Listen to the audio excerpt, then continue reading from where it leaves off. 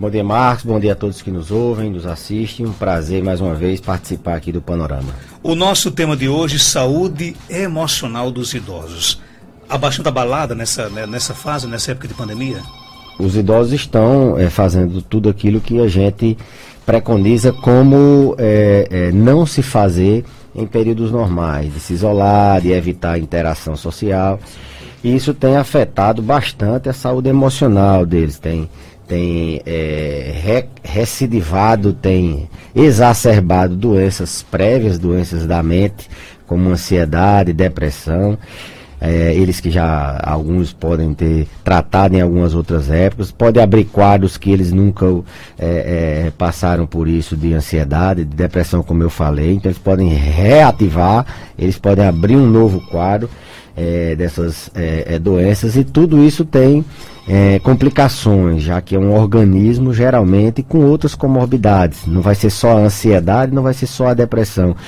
Vai ser a ansiedade com um paciente cardiopata, num paciente com doenças osteoarticulares, que cai, um paciente que não tem já a memória tão boa, que tem outras doenças. Então, essa emoção, ela tem que estar bem equilibrada, ela tem que, pelo menos, a gente tentar preservar o máximo, com algumas medidas que a gente vai orientar, e, se caso necessário, o tratamento. Não pode se furtar. A saúde mental, ela está sendo muito prejudicada, principalmente dessas pessoas que necessitam de contato social, está sendo muito prejudicada nesse período. E até o CFM, ele recomenda não parar ambulatórios, atendimentos de pessoas que têm doenças da ordem dos transtornos do humor, como a ansiedade, como a depressão. E não só a saúde emocional das pessoas idosas, né? Ela depende também da saúde emocional dos cuidadores. É uma época de sobrecarga de pessoas que estão sem folga, cuidando dos idosos, sem outros para ajudarem. Isso sobrecarrega também o cuidador, que também está sofrendo muito com a questão do distanciamento, né? A gente pode ficar socialmente, com a tecnologia, socialmente fazendo interação social, mas distanciada fisicamente. Não precisa também abandonar, isolar também a pessoa, só se distanciar. Então os cuidadores, eles têm papel fundamental, e a gente tem que pensar assim na saúde mental deles. Eles se estressam, eles também entram com aflições, angústias, alguns desenvolvem até doenças que têm muita relação com doenças físicas. A gente vai ver durante o programa que o transtorno de ansiedade, ele tem um fenômeno chamado de somatização. É quando a gente tem sintoma físico relacionado à ansiedade, como, por exemplo, tensão muscular. Quem tem ansiedade, ela tem muita tensão nas costas, ela sofre com dor nas costas, sofre com dor na coluna, dor no pescoço, quando ela está muito ansiosa. Ela tem tontura, ela fica mais ofegante, fica respirando com mais acelerada, com a sensação de falta de ar. Alguns desenvolvem palpitação, dor no peito, outros desenvolvem a famosa gastrite nervosa, né? O sinônimo de ansiedade aqui na nossa região é o nervosismo, né? O nervo fraco, que eles chamam. Então, gastrite nervosa, diarreia, outros dão vontade de vomitar. Então, a ansiedade, ela cursa, o emocional estando abalado, ela cursa também com sintomas físicos. Numa população onde a gente já tem dificuldade de diagnosticar doenças por sintomas típicos, os sintomas atípicos, eles são ainda mais um desafio para a gente poder fechar diagnóstico, a gente poder encontrar a verdadeira causa. Então, dada essa explanação inicial, assim, do isolamento, da saúde emocional dos cuidadores, e de como é que se pode se manifestar, estou aqui aberto para perguntas. O que é que mais, no caso, digamos assim, prejudica a saúde emocional dos idosos, por exemplo? Os idosos, eles são mais vulneráveis, não só fisicamente. A pandemia, ela vai ensinar ou reforçar a ideia que a gente sempre tem trazido, que os idosos eles realmente são mais vulneráveis, eles morrem mais quando internam, eles quando adoecem, eles internam mais, eles complicam mais. Pra você ver que uma virose, ela mata muitos idosos, não só agora da pandemia, mas, por exemplo, o HN1 matou muitos, né? Qualquer virose mata muito idosos. Eles são mais vulneráveis, física e psiquicamente. Eles têm, além de um envelhecimento emocional, que faz com que eles tenham alguns pontos positivos, eles são mais resilientes, mas eles são mais frágeis também emocionalmente. Eles têm uma incidência de transtorno de ansiedade e de depressão um pouco maior do que na população em geral, por diversos fatores. Doenças crônicas, eles convivem com muitas doenças e são fatores estressores. Há uma associação muito forte de doenças cardíacas e ansiedade, de diabetes e ansiedade, são doenças de idosos, de Alzheimer e ansiedade, muito forte essa associação de sono e ansiedade. Então, um primeiro fator seria o fato deles conviverem com muitas doenças, eles são portadores de muitas comorbidades.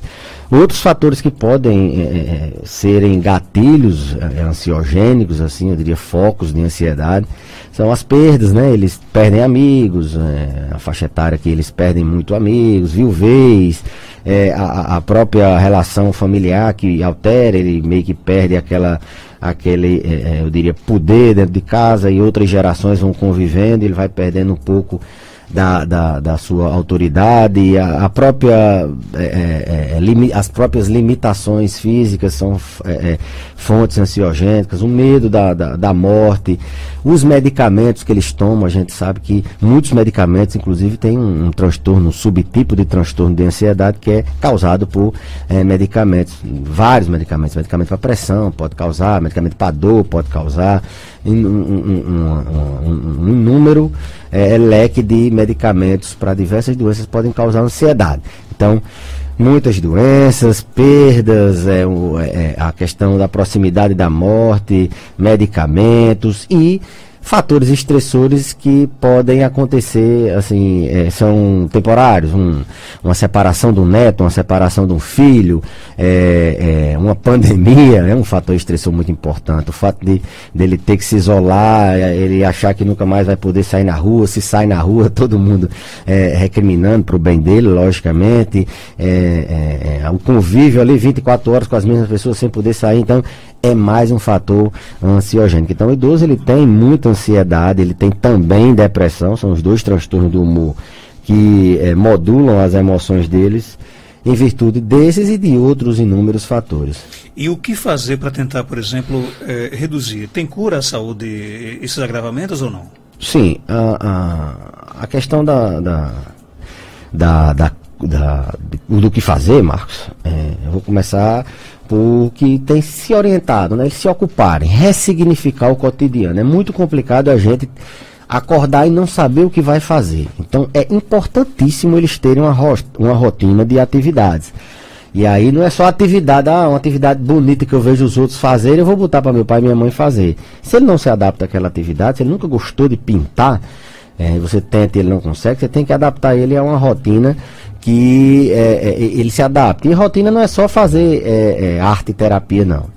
É colocar para auxiliar nas atividades do lar, colocar para criar uma rotina, de tal hora fazer isso, de 9 horas fazer isso, 10 horas isso, tal hora fazer o exercício todo dia, de tal hora beber água, de tal hora cuidar, passar o álcool gel. A gente está vendo muita gente aí só fala em máscara e estão esquecendo de usar o álcool gel e de evitar sair na rua. Então reforçar as medidas, a tal hora ligar para um neto, para um filho. Então ressignificar o cotidiano. Eles têm que ter esperança no amanhã, de que amanhã um planejamento a curto, médio e longo prazo. Então isso é uma forma da gente tentar minimizar, ressignificar esse cotidiano.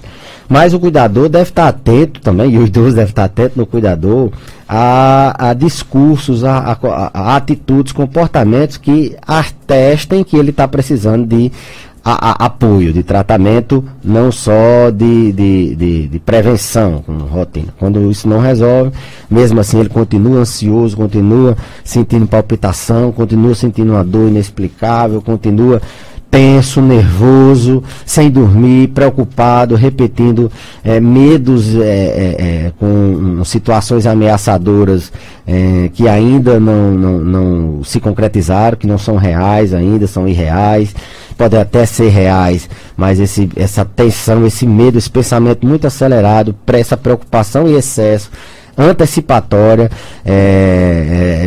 denota que ele está precisando sim de uma intervenção terapêutica de tratamento. Pode ser, e aí tem várias formas de tratamento, desde psicoterapia passando por medicamento. Não adianta mascarar, os idosos continuam adoecendo, inclusive cada dia tem se mostrado mais que as pessoas estão procurando menos os serviços de saúde com doenças graves, doença da mente e doença grave. O exemplo do suicídio.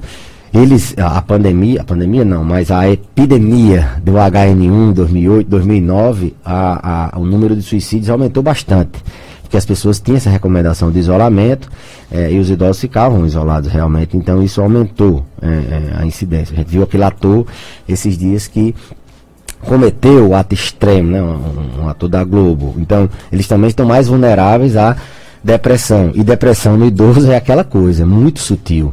Eles não dizem, eles não choram, não reclamam da vida, eles se isolam, ficam mais calados, com um discurso levemente de desesperança, somatiza algum sintoma, dormem demais ou dormem de menos disposição, menos energia. Então, o cuidador deve estar atento a tudo isso e se cuidar também. O que deveria ser feito era tentar evitar que isso aconteça, criando rotinas, ouvindo, tendo uma escuta seletiva da família, uma escuta qualificada, eu diria, paciência com eles, e o cuidador está bem também com essas mesmas características. E se for o caso, Marcos, não titubear, levar para tratamento. A gente não pode deixar o paciente morrer em casa, que estão retardando doenças graves em pacientes. A gente tem que ter cuidado, que sintomas leves, em adulto jovem, tudo, mas no idoso é muito complicado. Mas se a gente começa a perder apetite, começa a ficar mais fraco no outro dia ele pode estar na UTI. Então, atenção, buscar se comunicar com alguém da saúde. Hoje tem a teleassistência, né? Aí todo mundo com os celulares, os meios de comunicação atento, buscar assistência, mas não titubie, não deixe se agravar, idoso principalmente que tem reserva pouca, não deixe ele morrer infartado em casa, ter um AVC e ficar em casa, na dúvida se acha que é uma infecção e ficar em casa e perder tempo de iniciar um antibiótico, leve para assistência à saúde. Não necessariamente precisa ser para um hospital inicialmente, tem que começar pela unidade de saúde, pelo médico da confiança, entre em contato por telefone, ver o que é que pode fazer, se precisa, a gente faz uma triagem ali por telefone ou pela internet, mas não deixem eles morrerem em casa. Tem muitas perguntas aqui no nosso WhatsApp. Bom dia. Bom dia, Marcos Dantas. Sou eu, Rita, no sítio Buriti. Eu quero saber do doutor que minha mãe, ela tem 78, vai fazer 79 anos em outubro. Ela já fez cirurgia de vesícula, já faz muito tempo. Não sei se já faz mais de 10 anos que ela fez a cirurgia de vesícula. Só que sempre que ela come alguma carne feita com caldo, ela passa mal, ela começa a vomitar, ela dá tremedeira, a pressão dela sobe muito. Ou frango galeto que chama, ou galinha. Ela já passou mal 3 vezes quando come esse tipo de alimento. Eu gostaria de saber do doutor se se isso ocorre devido já ela ter tirado a vesícula. Alguma coisa a ver, Tubelizo? Provavelmente sim. Então a vesícula é quem acumula o nosso detergente. Ele pega a gordura do intestino e ela quebra em gotículas, em partículas menores para poderem ser absorvidas. Então ela quebra. Quando a pessoa não tem a vesícula, ela não tem esse detergente, logicamente as gorduras não serão quebradas e a tendência a ter diarreia, principalmente diarreia, mais intolerância, minha recomendação é que ela evite esses alimentos e alimentos gordurosos. Não ficar testando, não, será que dessa vez vai dar certo? Não, quem não tem a vesícula tem uma restrição sim de gorduras, e no caso dela tem alguns alimentos aí que podem ser retirados. Que ela passa mal, tem que tirar da alimentação. Tem mais pergunta? Bom dia, doutor Belize, Marcos Dantas, Panorama 95. Aqui é Jailson que fala de Jucurutu. O meu pai completou 60 anos e ele não gosta de ir ao médico. Eu sempre recomendo ele que vá fazer um check-up. E ele é muito assim, muito antigo. O senhor acha que isso não é porque ele não é analfabetizado, aí ele se sente que não sente nada, mas graças a Deus, mas ninguém sabe, o dever do paciente é sempre fazer um check-up para saber como é que anda a saúde, doutor? O que é que eu posso fazer com ele? Porque se eu for, quando eu chamo ele para ir pro médico, ele fica rebelde comigo. Aqui é Jailson de Jucurutu, doutor. Então grava a resposta aí, Jailson, para seu pai, viu? Agradeço aí a pergunta de Jailson. É o seguinte, eu sempre oriento nesses casos as pessoas colocarem ela em contato com outras pessoas da mesma idade ou idade próxima que têm doenças, né? Olha, esse aqui não cuidou da glicose, nunca foi ao médico, tá aqui com a perna amputada, era diabetes, não sabia. Esse aqui não cuidou da pressão do coração, olha, sofreu um infarto, não consegue mais fazer nada, é muito limitado, toma um monte de remédio. Esse aqui teve um AVC, tá em cima de uma cama, não pode mais fazer nada. Então, a velhice, ela traz consigo, e não existe bonito, não existe feio, não existe branco, não existe pobre. A velhice, ela traz um risco aumentado de diversas doenças. É como qualquer máquina, um carro velho, ele tende a dar mais problema do que um carro novo. O organismo envelhecido, ele tende a dar mais problema. E o que é que a gente faz? A gente tenta fazer manutenção, revisão periódica, tem que se antecipar aos problemas, utilizar até sua palavra, fazer um check-up, ver o que é que tem e planejar ações para esse envelhecimento. Ninguém morre mais com 80, 90 anos, não. O pessoal está morrendo com 100.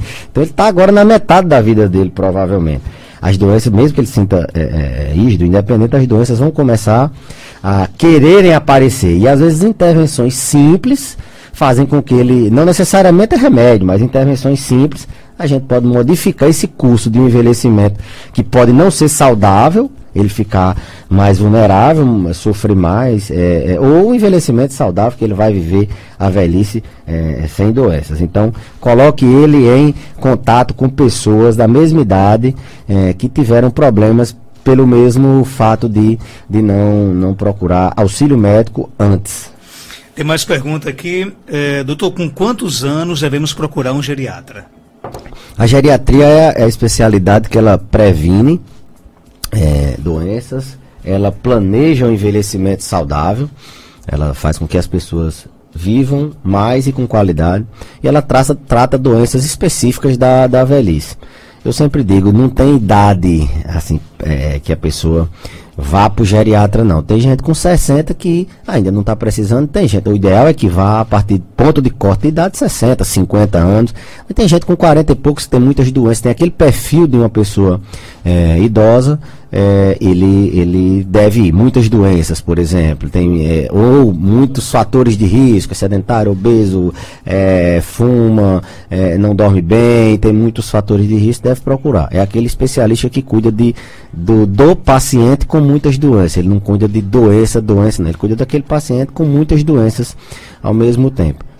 Se recomenda-se para ir depois de 30, mas é uma idade boa, Marcos, são 50 anos, que ele nem é novo demais e ele está beirando a velhice. Isso não necessariamente vai dizer que ele vai todo ano. Pode ir com 50, se vir que está tudo bem, remarcar com 5 anos, 10 anos, e aí sim, depois de 60, 70, as reavaliações têm que ser mais periódicas. Tem mais pergunta? Doutor Belize, bom dia locutor também, todos os ouvintes. Eu queria saber, assim, uma informação, porque minha sogra faz tratamento de CA. Ultimamente, ela vinha dizendo que estava sentindo uma dor, só que a gente levou ela para Natal e o médico passou um remédio, só que esse remédio, às vezes ela sente dor, às vezes não sente, e outra, ela agora deu para querer comer de mamadeira. Aí o que é que você acha? E tu, Belize?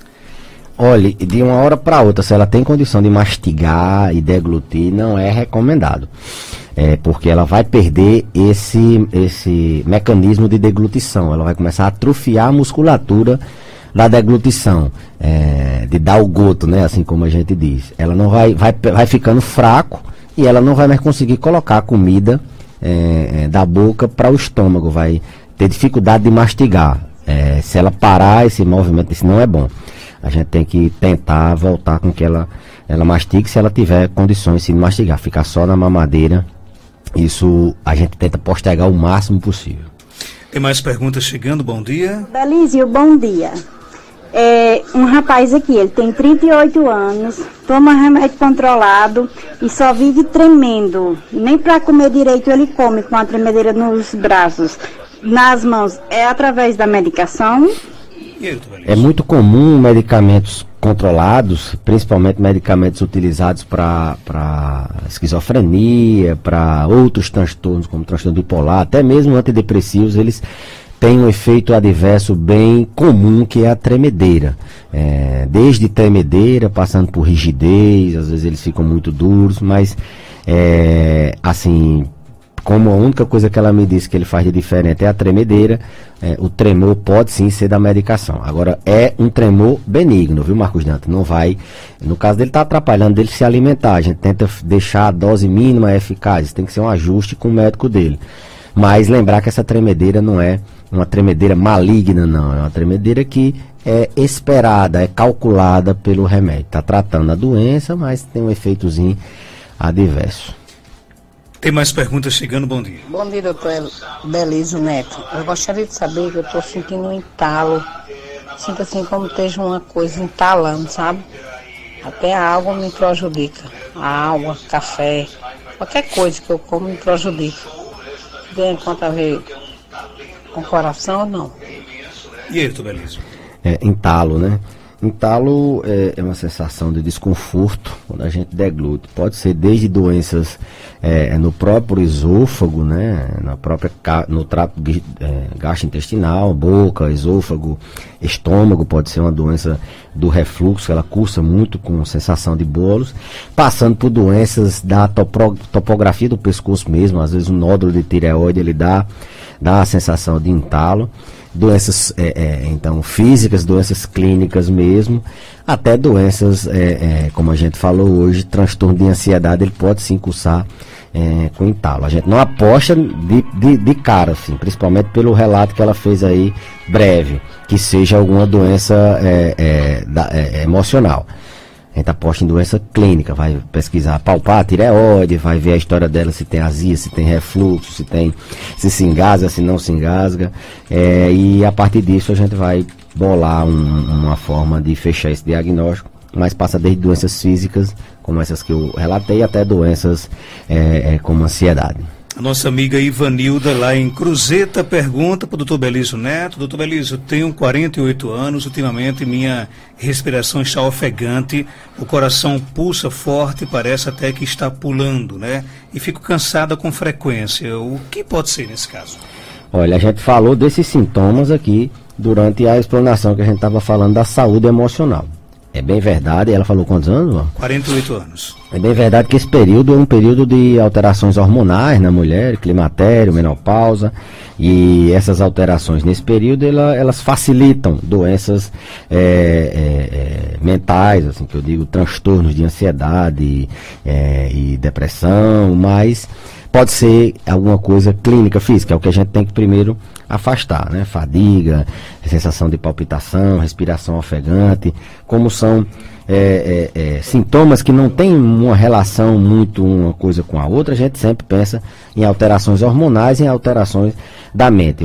Quando eu falei sobre a ansiedade, eu disse que a ansiedade, ela tinha um fenômeno chamado somatização, que são sintomas físicos decorrentes da ansiedade. E a palpitação, a sensação de falta de ar e a própria fadiga são sintomas de ansiedade. Pode sim ser transtorno de ansiedade, pode ser um medo irreal, pode ser uma resposta desproporcional do organismo a um pensamento, a uma preocupação, às vezes até inexistente. Eu sempre digo, o paciente que tem ansiedade, ele tenta não se preocupar com nada, mas ele não consegue, ele se preocupa sempre com alguma coisa, por mais que seja uma coisa que não requer nenhum grau de preocupação.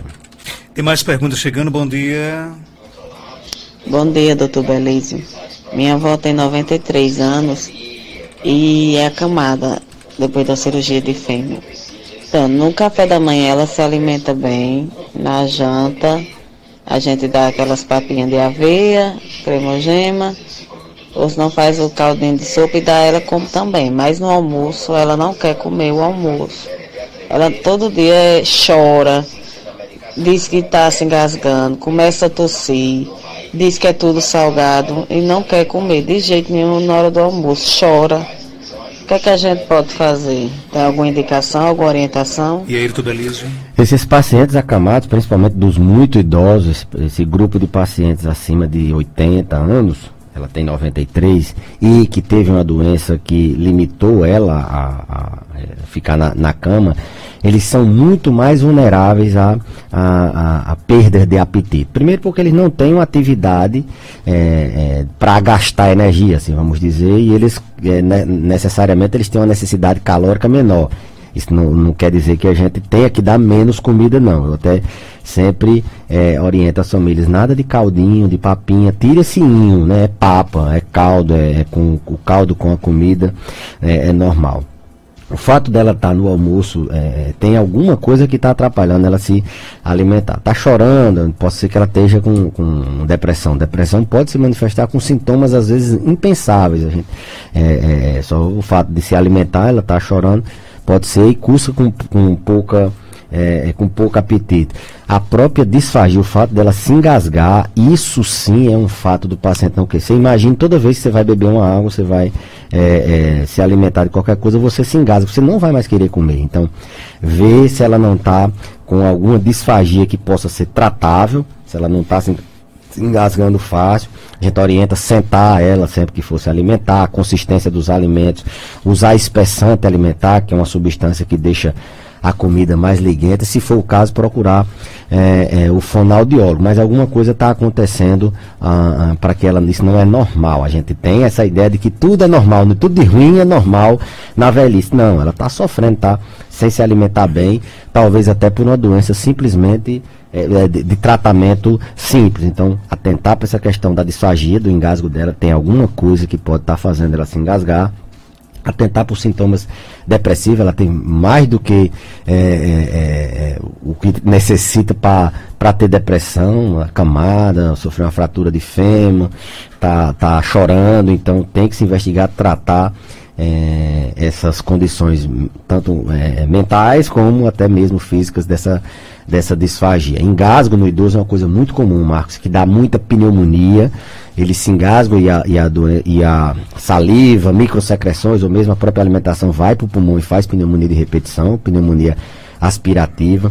Dá perda de peso porque eles não conseguem se alimentar bem, má qualidade de vida, e isso passa despercebido às vezes pela família e pode gerar consequências a longo prazo muito ruins. O nosso ouvinte Nixon pergunta: minha mãe teve um câncer no intestino. Com a morte dela, eu preciso fazer exames de rotina do tipo toque retal, e com qual frequência? Tenho 46 anos. Sim. O câncer de intestino, ele tem um componente familiar muito forte. Quem teve câncer de intestino na família tem que atentar para fazer o exame, não do toque retal, mas da colonoscopia, ou pesquisa de sangue nas fezes, mas de fazer a colonoscopia. Quem tem alguém na família que teve câncer de intestino, ele tem um risco maior do que quem não teve na família. Na verdade, 40 e poucos anos, sim, é a idade também de procurar um check-up da próstata, que é a idade que a gente detecta e trata melhor o câncer de próstata, mas a questão do intestino, não porque ele tem 40 anos, não é porque ele teve na família, e sim, ele tem um risco aumentado de ter câncer de intestino. Doutor Belísio, obrigado pela sua participação. Até terça-feira, se Deus quiser. Eu que agradeço, Marcos, e até a próxima terça-feira, se Deus quiser. 8 horas.